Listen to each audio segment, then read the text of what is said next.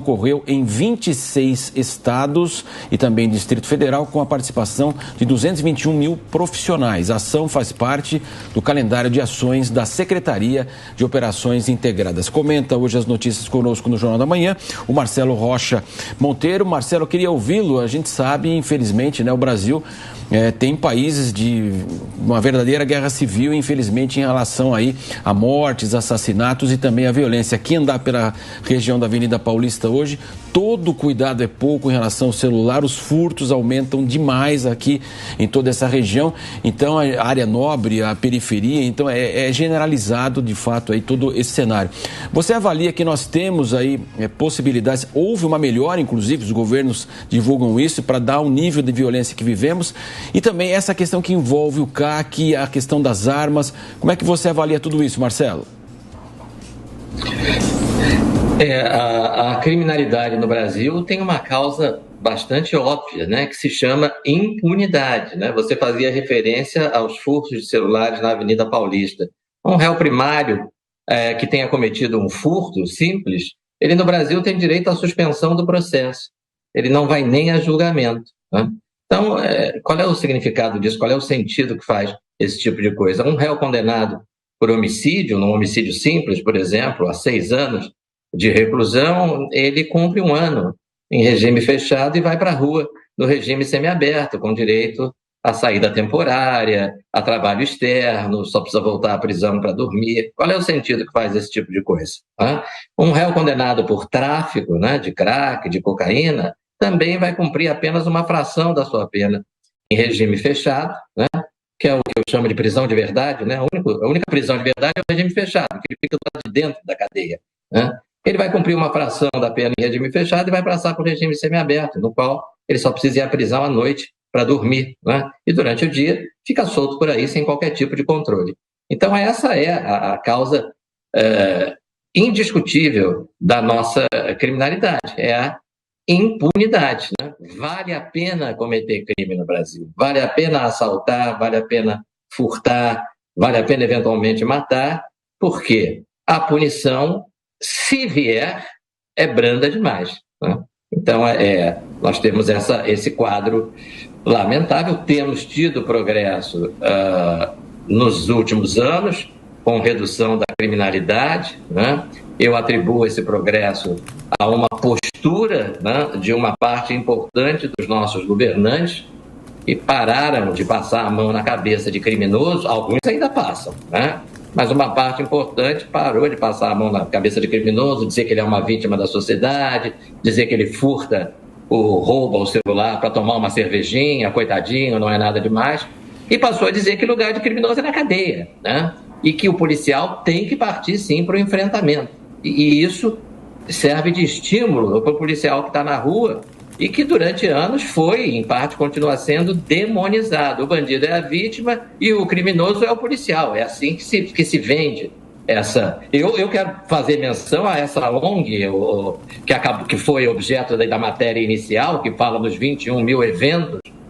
Eu atuo na área de segurança pública, nunca tinha ouvido falar nessa ONG, Rede de Observatório de Segurança, e fui olhar aqui na internet, e o site deles traz a seguinte manchete, falando sobre esse relatório: máquina de moer gente preta. Relatório aponta mais de 20 mil eventos violentos no ano. Então falta seriedade, Falta seriedade numa ONG que acha que o nosso sistema de justiça criminal é uma máquina de moer gente preta. Como se os policiais saíssem à rua procurando pessoas negras para prender, para matar. Então, quem foca nessa visão histérica, ridícula, e não foca no verdadeiro problema, que é a impunidade, não vai resolver problema de criminalidade nunca. A gente viu também nessa matéria que a Lei Maria da Penha ela resultou em mais de 12 mil prisões. Você acha que o presidente Jair Bolsonaro, ele que tem sido apontado muitas vezes como machista, ele tem colocado, inclusive, essa pauta, essa questão muito mais em atenção ali sobre os olhos dele, para que essas prisões aconteçam de forma mais assíduas, mais rápidas ali para a mulher brasileira? Sim, esse foi um foco do governo Bolsonaro, e a gente pode destacar aí a ministra da Mulher, a ex-ministra, agora senadora eleita, Damares Alves, né? Sempre destacando a importância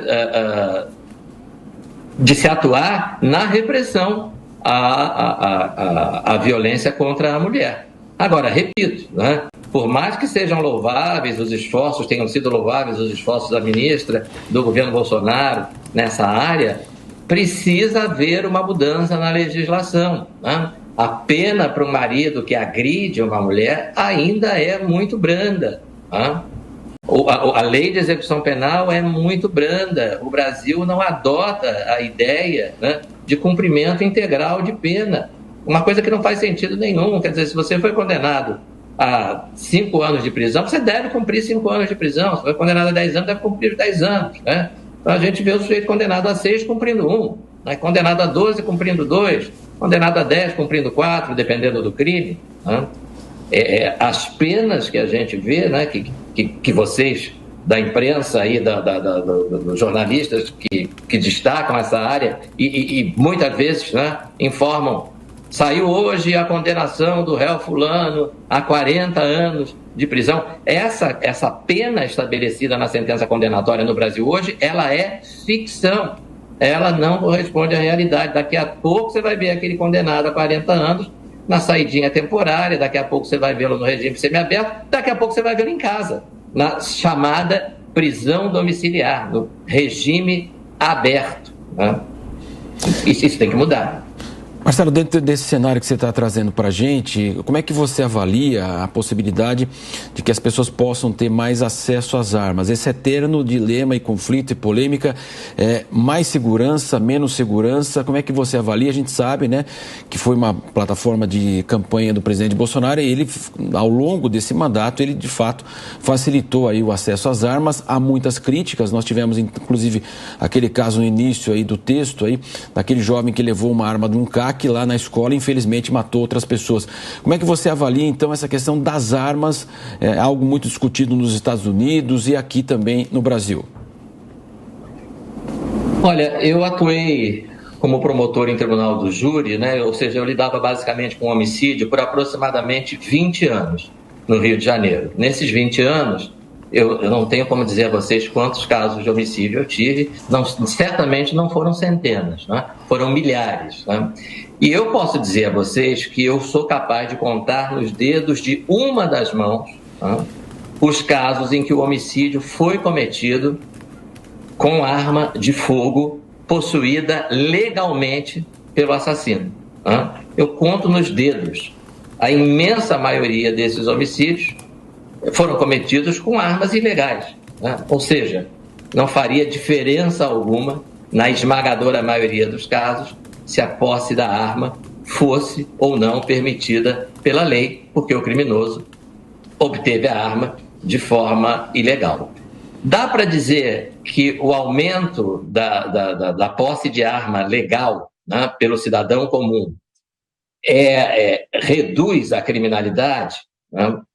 Não há nenhum estudo que comprove isso de forma cabal. Você tem alguns indicadores, você compara estados com população mais armada nos Estados Unidos, né? E você verifica que a criminalidade neles é menor. Né? Agora, há uma relação aí de causa e efeito? Não dá para dizer. O que dá para dizer com absoluta segurança, né, é que o aumento do número de armas legais nas mãos do cidadão comum não causa o aumento da criminalidade.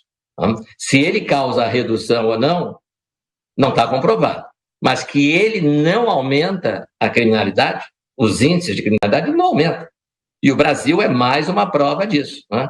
Houve, nesses anos de governo Bolsonaro, um aumento do número de armas legalmente nas mãos da população, tornou-se mais fácil o acesso do cidadão comum à arma de fogo, e o número de homicídios, por exemplo, não só não aumentou, como sofreu a maior redução da sua história. Foi por causa do número maior de armas nas mãos da população? Isso não dá para dizer. Mas o que dá para dizer é que esse aumento do número de armas na mão do brasileiro comum, de forma alguma, causou aumento da criminalidade. Mais armas não significam mais crimes. Isso é o que está demonstrado. Marcelo, e facilitar essa arma na mão do cidadão brasileiro? A gente sabe que muitos pais de família, muitas famílias têm defendido o uso de arma, querem essa arma dentro de suas casas para, enfim, se defender de algum bandido. Ter essa arma, essa facilitação, não significa de alguma forma descredibilizar também o serviço da polícia brasileira? Não, porque nem a melhor polícia do mundo é capaz de estar em todos os lugares ao mesmo tempo. Né? Essa polícia não existe.